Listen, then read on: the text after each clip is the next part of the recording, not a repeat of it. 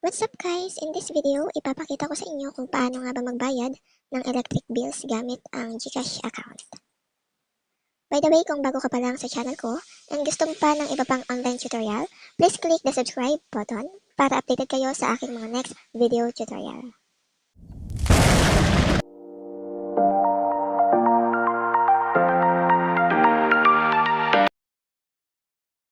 Paano nga ba ang pagbayad ng electric bills gamit ang GCash account? Una, kailangan na muna natin i-open ang GCash app and make sure may laman ang ating GCash wallet. Dahil magbabayad tayo ngayon ng electric bills, i-click natin ang bills. Makikita ninyo marami yung mga nakalagay dito ng babayaran. Pwedeng electric utilities, water utilities, internet, telecoms, credit cards, loans, government, insurance, transportation, real estate, healthcare schemes, payment, and G-bayanihan.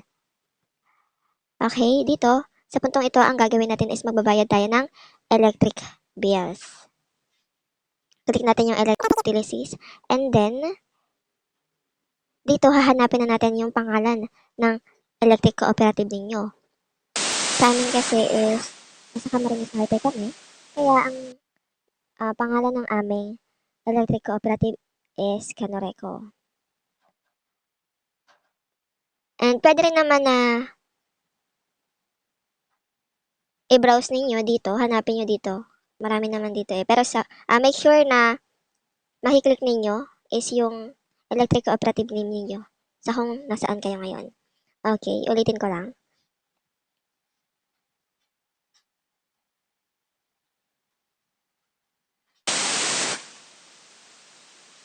Okay. Dito, makikita ninyo itong page na to. Type nyo lang yung exact amount na nasa billing statement niyo.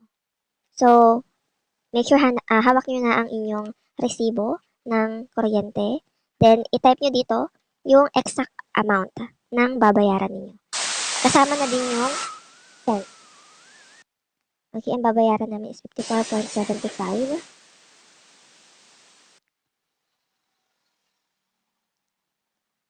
Okay, dito naman is yung 10-digit account number natin na makikita natin dito sa taas na bahagi ng ating resibo.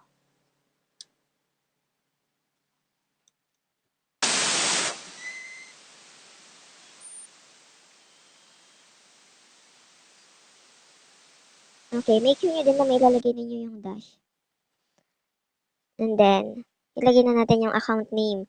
Dito sa account name, kailangan kung ano yung name na nakalagay dito sa ating billing statement is yun din yung ilalagay nyo dito.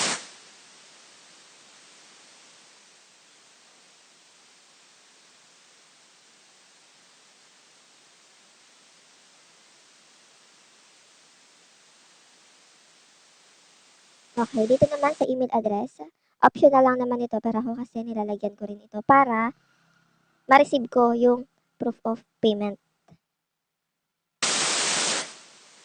Okay, dito naman sa Protect Your Bills Now. Dito pwede nyo din itong i-click. Depende sa inyo. Or pwede rin naman hindi. Okay, next lang natin. Dito makikita na ninyo yung mga tinype natin kanina. Okay, may service fee din po pala si GCash na 10 pesos. Okay, double check lang natin yung exact amount. Hawakan niyo po ulit ang inyong resibo. Okay, and then double check the account number. And then the account name.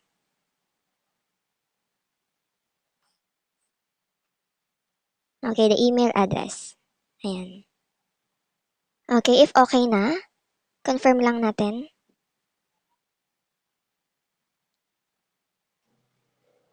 Okay, once na okay na, ito na yung ating makikita dito. So, screenshot lang natin ito.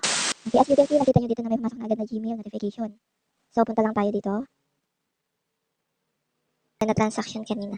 So, ayun lang, ganun lang kadali ang pagbayad ng electric bills gamit ang GCash account. Ayan. Yes, pakiclick lang ang like button and don't forget to subscribe. Thank you for watching!